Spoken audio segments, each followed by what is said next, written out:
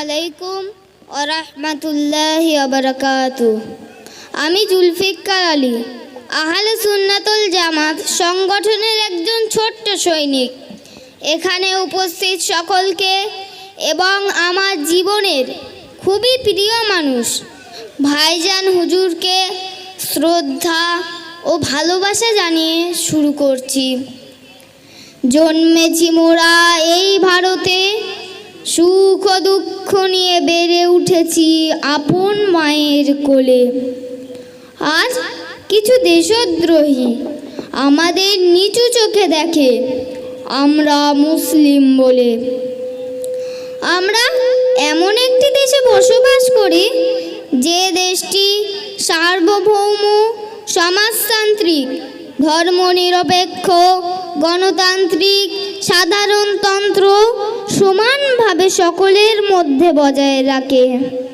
সেই দেশটির নাম ভারতবর্ষ। বিশ্বের স্বাধীন সার্বভৌম রাষ্ট্রের মধ্যে ভারতীয় সংবিধান লিখিত সংবিধান।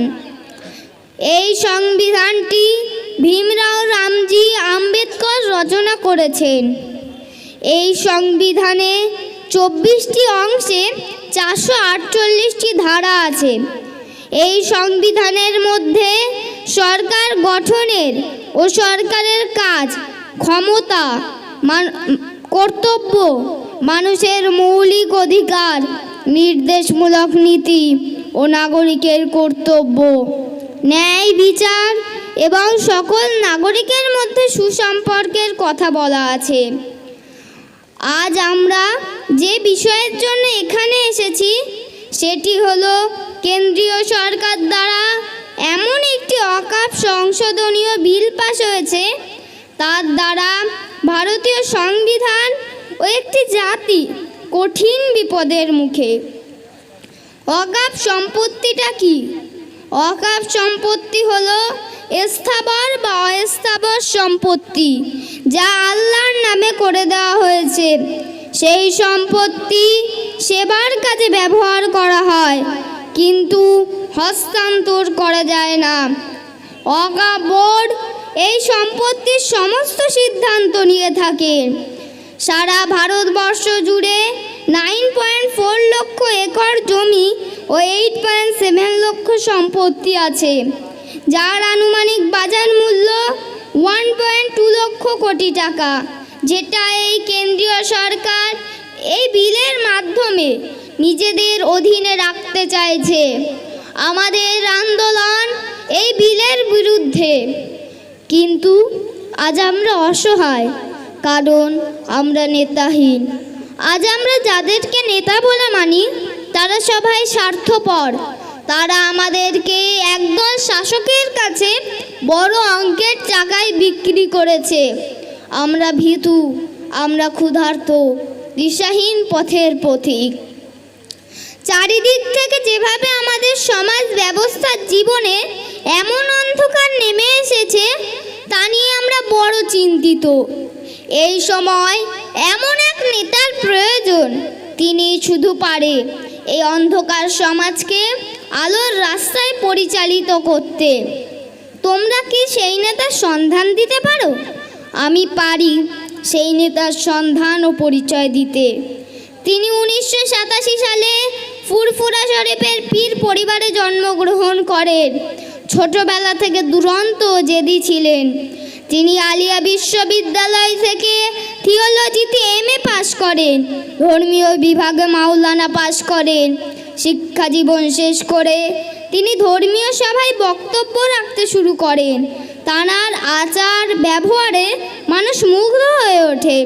তিনি রাতের ঘুম হারাম করে গরিব, অসহায়, পিছিয়ে পড়া মানুষের কথা ভাবতে শুরু করে। তাই সর্বপ্রথম 2016 সালে আহলে সুন্নাতুল জামাত নামে একটি অরাজনৈতিক সংগঠন প্রতিষ্ঠিত করেন।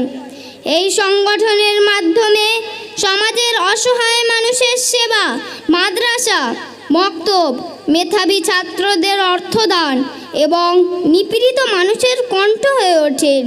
জাতি ধর্ম নির্বিশেষে সকলের কাছে প্রিয় হয়ে ওঠেন। তাঁর জীবনের সুখ শান্তি আরাম কিছু ত্যাগ করে বাংলার অলিতে গুলিতে ছুটে বেড়াচ্ছেন। তিনি রক্তকে পানি করে যে অর্থ উপার্জন করেছেন, সেই অর্থ থেকে 100 বিঘা জমি ক্রয় করেন। সেই জমিতে পিছিয়ে পড়া জাতির জন্য জ্ঞানের শহর গড়ে তোলার কাজে রাত দিন ব্যস্ত হয়ে আছেন। আজ আমরা যেটা বিপদের মুখে ভাবছি, তিনি সেটা আজ থেকে 10 বছর আগে অনুমান করেছিলেন। সেই সময় থেকে এই জাতিকে বাঁচাবার সব রকম চেষ্টা করে চলেছেন। শেষ পর্যন্ত তানার একমাত্র ছোট ভাই নওশাদ সিদ্দিকীকে রাজনীতির ময়দানে দাঁড় করিয়েছেন। কিছু মুনাফেক মুসলমান ও কিছু দেশদ্রোহী তানাকে সমাজের কাছে দেশদ্রোহীর দালাল বলে চিহ্নিত করার চেষ্টা চালাচ্ছে। এসবকে তোয়াক্কা না করে 24 পরগনা, মালদা, মুর্শিদাবাদ, মেদিনীপুর, হাওড়া, হুগলি এপার বাংলা ও ওপার বাংলা দাপিয়ে বেড়াচ্ছেন। ইসলাম মানে শান্তি ও ঈমান কথার অর্থ বিশ্বাস, সেটা তানাকে লক্ষ্য করলে বোঝা যায়। তিনি নীতিতে কঠোর, লক্ষ্যে স্থির, বিশ্বাসে রসুল, ভরসায় আল্লাহ। তিনি নবীর রেখে যাওয়া মানব প্রেম, ধর্মপ্রেম ও দেশপ্রেম বাংলার লক্ষ লক্ষ যুবকের হৃদয়ে ঢুকিয়ে দিয়েছে। বর্তমান সময় একমাত্র তিনিই আছেন অত্যাচারিত শাসকের চোখে চোখ রেখে অন্যায়কে অন্যায় ও ন্যায়কে ন্যায় বলার সাহস রাখেন। তিনি হলেন অখণ্ড বঙ্গ ও আসামের উলিল আমর মোজাদ্দেদুজ জামরান হযরত পীর আবু বকর সিদ্দিক রহমাতুল্লাহ আলাইহির চতুর্থ প্রজন্ম। পীর পরিবারের সন্তান হয়েও সকলের কাছে ভাইজান নামে পরিচিত। তিনি আর অন্য কেউ না, তিনি হলেন লক্ষ লক্ষ যুবকের নয়নের মণি পীর মোহাম্মদ আব্বাস সিদ্দিকী ভাইজান। যদি আমরা সবাই মিলে এই নেতাকে সম্পূর্ণভাবে সমর্থন করতে পারি এবং তার ক্ষমতার হাতকে শক্ত করে তুলতে পারি, আমার বিশ্বাস এই সমাজ ও এই বাংলা নতুন রূপে আবার সেজে উঠবে।